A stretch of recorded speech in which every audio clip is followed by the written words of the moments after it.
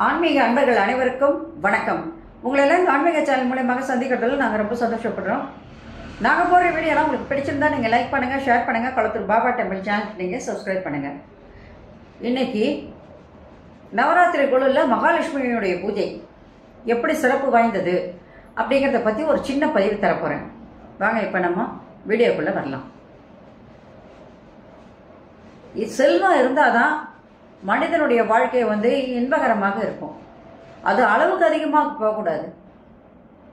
அளவுக்கு அதிகமானால் செல்வம் கூட அமிர்தமும் நஞ்சுன்ற மாதிரி தான். நம்ம தேவைக்கு எவ்வளவோ அந்த அளவுக்கு செல்வங்கள் இருந்தால் நம்ம சுபிட்சமாக வாழ முடியும். இந்துக்கள் வழிபடுகின்ற தெய்வங்கள் எக்கச்சக்கமாக இருக்கு. அதில் மகாலட்சுமின்னு சொல்லும்போது எல்லா இந்துக்களுமே என்ன பண்ணுவாங்கன்னா அந்த நாராயணரையும் மகாலட்சுமியும் ரொம்ப விரும்பி கொண்டாடி மகிழ்வார்கள். அவனுக்கு விருப்பமான ஒரு தெய்வம் கூட சொல்லலாம். அதனால இந்த முக்கியமான மகாலட்சுமியினுடைய நாட்கள் இந்த நவராத்திரி குழுவில் ஒரு 3 நாட்கள் மகாலட்சுமிக்காக, முதல் 3 நாட்கள் சக்திக்கு, அப்புறம் மகாலட்சுமிக்கு, அப்புறம் சரஸ்வதிக்கு என்று ஒதுக்கும் பொழுது அந்த மகாலட்சுமியினுடைய நாட்களில் நம்மளுடைய வழிபாடுகள் மிகவும் போற்றுதற்குரியதாக அமையும். எல்லாருமே அந்த மகாலட்சுமி விரும்பி கொண்டாடுறாங்க. காரணம் என்னன்னு கேட்டால் செல்வம் வேண்டும். அருள் இல்லாருக்கு அவ்வுலகில்லை, பொருள் இல்லாருக்கு இவ்வுலகில்லை. செல்வம் இருந்தால் நம்ம எதையுமே நம்மால் அடைய முடியும் அப்படின்னு தான் சொல்லலாம். அது கூட அறிவும் சேர்ந்துச்சுன்னா நம்மை வெல்வதற்கு யாரும் இல்லை என்று கூட கூறலாம். அதனால செல்வ செழிப்போடு, ஆரோக்கியத்தோடு, மன நிம்மதியோடு, வறுமை இல்லாத வாழ்க்கை நமக்கு வேண்டும் என்றால் நாம் மகாலட்சுமியை கண்டிப்பாக தொழ வேண்டும். அவள் மங்களம் உடையவள். ஒரு பெண்ணை பார்த்த உடனே பொண்ணு எப்படி இருக்கா, பொண்ணு மகாலட்சுமி மாதிரி இருக்கா அப்படின்னு சொன்ன உடனே பெண் ரொம்ப அழகா இருக்கா அப்படின்னு சொல்லுவோம். பொண்ணு காக்கா மாதிரி இருக்கா அப்படின்னு சொல்லும் போதே நம்ம சொல்லுவோம் பொண்ணு கொஞ்சம் நல்லா இல்லை, கருப்பா இருக்கா போல இருக்கு அப்படின்னு சொல்லுவோம். மகாலட்சுமி என்று சொல்லும் பொழுதே அதனுடைய அழகு விடுகிறது. எதுக்குமே என்னது வீடு எப்படி இருக்குன்னு கேட்டால் மங்களகரமா இருக்கு, மகாலட்சுமி இருக்கிற மாதிரி இருக்கு வீட்டில் அப்படின்னு சொல்லுவாங்க. அப்ப சகல ஐஸ்வர்யம் உடையவள் அந்த மகாலட்சுமி. அவளுக்கு ஈடானது இந்த உலகத்தில் எது என்று கேட்டால் அதற்கு ஈடானது இந்த செல்வ செழிப்புடைய அந்த மகாலட்சுமிக்கு ஈடானது எதுவும் இல்லைதான். அந்த நாராயணருடைய நெஞ்சில் குடிக்கொண்டிருக்கின்ற அந்த மகாலட்சுமியினுடைய கடாட்சம் நமக்கு கிடைக்குமே ஆனால் நம் வீடு ஒளி பொருந்திய வீடு அங்கே மாறிவிடும். அதனால் சகல ஐஸ்வர்யம் உடைய அவள் அந்த திருமாலின் மார்பை அலங்கரித்துக் கொண்டிருக்கின்றாள். அவளை வழிபட்டால் திருமாலை வழிபட்ட மாதிரி, திருமாலை வழிபட்டால் மகாலட்சுமி அதனோட சேர்ந்து வழிபட்ட மாதிரி தான். இந்த தெய்வத்தை நவராத்திரி நாட்கள்ல நம்ம எப்படி வழிபாடு செய்யறோம் அப்படின்னு சொல்லும் பொழுது வீட்டுல என்ன பண்றோம், ஒரு மகாலட்சுமி படம் இருந்தா அதை வச்சு அந்த 3 நாள் நம்ம பூஜை செய்வோம்.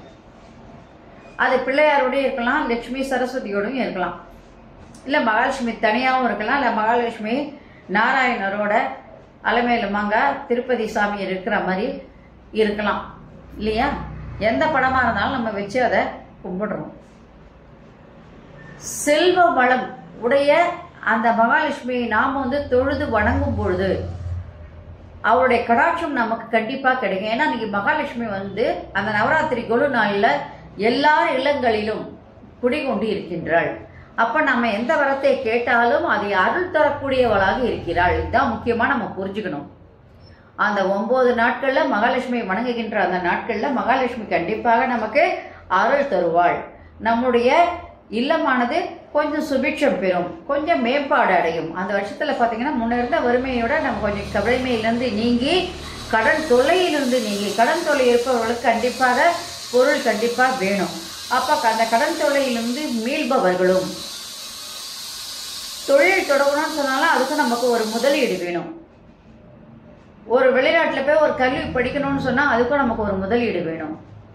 ஒரு தொழில் தொடங்க வேண்டும் என்றால் அதுக்கும் நமக்கு ஒரு முதலீடு வேண்டும். ஒரு வீடு கட்டணும்னு சொன்னால் அதுக்கும் ஒரு முதலீடு வேண்டும், ஒரு இடம் வாங்கணும்னு சொன்னால் அதுக்கும் முதலீடு வேண்டும். அப்போ அந்த முதலீடு என்பது ஒரு செல்வம். அந்த செல்வத்தை தரக்கூடியவளாக அங்கே அந்த மகாலட்சுமியானவள் இருக்கின்றார். அதனால எல்லாரும் செல்வ வளம் பெற்று நாட்டில் வறுமை என்பது இல்லாமல் இருக்க வேண்டும் என்றால் நாம் கண்டிப்பாக என்ன பண்ணோம், மகாலட்சுமி பூஜையை செஞ்சு அவளுடைய அருளை நாம் கண்டிப்பாக பெற வேண்டும். அதனால இந்த 9 நாட்களும் யாரும் தவற விடாம கண்டிப்பாக வீட்டில் அவங்கனால என்ன முடியுதோ அந்த பூஜைகளை கண்டிப்பாக செய்யணும். செஞ்சு அந்த தெய்வத்தினுடைய கடாட்சத்தை நம்ம பெறணும். ஏன்னா தெய்வம் நம்ம வீடு தேடி வரும் பொழுது அந்த தெய்வத்தை நாம் நம்ம வீட்டில் உட்கார வச்சு ஒரு விருந்தாளியாக உட்கார வச்சு அந்த அம்மாவுக்கு எதை கொடுத்தாலும் அந்த அம்மா என்ன பண்ணுவாங்க, சாப்பிடக்கூடிய நிலைமையில் இருக்காங்க. அப்படி இருக்கும்போது சுத்தமான நீர் வைத்து, நீர் பானக்கம் ஒன்று வைத்து, ஏதாவது ஒன்று பாலோ பழமோ தேங்காய் வெத்தலை பாக்கு இதெல்லாம் வச்சு நம்ம பூஜை பண்ணும்போது அந்த அம்மா அதை கூட ஏற்றுக்கிறதுக்கு தயாராக இருக்காங்க. முடிஞ்சால் ஏதாவது ஒரு சுண்டலோ ஏதாவது ஒரு பட்சரமோ செஞ்சு வைக்கலாம். முடியலைன்னா அவள் பொறி கடலை வைக்கலாம். அதுவும் முடியலைன்னா பழம் வெத்தலை பாக்கு வச்சு அந்த அம்மாவுக்கு ஒரு பூவை சூடி உண்மையான அன்போடு அந்த அம்மாவை நம்ம வணங்கி நம்மால் என்ன முடிகிறதோ அந்த ஸ்லோகங்களை சொல்லி அந்த அம்மாவை கூப்பிடும் போது நிச்சயமாக அந்த அம்மாவுடைய அருள் நமக்கு நிச்சயமாக கிடைக்கும். இப்போ வீட்டில் பூஜை செய்ய முடியல அப்படின்னு சொன்னால் நீங்கள் என்ன பண்ணலாம், உடனடியாக நீங்கள் ஏதாவது ஒரு கோயிலுக்கு போகலாங்க. நவராத்திரி நாளில் அம்பாள் இருக்கின்ற கோயில்களாக நீங்கள் போனீங்கன்னா கண்டிப்பாக அந்த தெய்வத்தை அழகாக அலங்காரம் பண்ணி வச்சுருப்பாங்க. அந்த தெய்வத்தில் அலங்காரம் பண்ணி வச்சுக்க அந்த அலங்காரத்தை பார்த்து நீங்கள் சந்தோஷப்படலாம். அதே நேரத்தில் நீங்கள் கொண்டு போகின்ற ஒரு பூவாக இருந்தாலும் அந்த சாமிக்கு அவங்க அதை சூட்டுவாங்க. நீங்கள் கொண்டு போகிற ஒரு பொருள் ஏதாவது ஒரு சாமிக்காக நீங்கள் எடுத்துகிட்டு போகிறீங்க, ஒரு பழமோ ஒரு ஸ்வீட்டோ அதை எடுத்துகிட்டு போகிறீங்கன்னா அதையே வச்சு உங்களுக்கு அவங்க இறைவனுடைய ஆசீர்வாதம் கிடைக்கும்படி செஞ்சு உங்கள்கிட்ட கொடுப்பாங்க. அதை நீங்கள் ஒரு 4 பேருக்கு கொடுத்தாலே போதுமானது. அதுவும் அதில் சேர்ந்தது தான். அந்த அம்மாவை அந்த ஊஞ்சலில் உட்கார வச்சு ஆட்டும் பொழுது அந்த அம்மாவோட அழகை பார்க்கும்போது ஆஹா, வைகுந்தத்தில் நாம் சென்று அந்த திருமாலோடு இருக்கின்ற அந்த மகாலட்சுமியே இவ்வளவு அழகுடையவளா இவள் அப்படின்னு நினச்சி என்ன பண்ண போகிறோம், அந்த அம்மாவோட நம்ம ஒன்று சேர்ந்துருவோம்.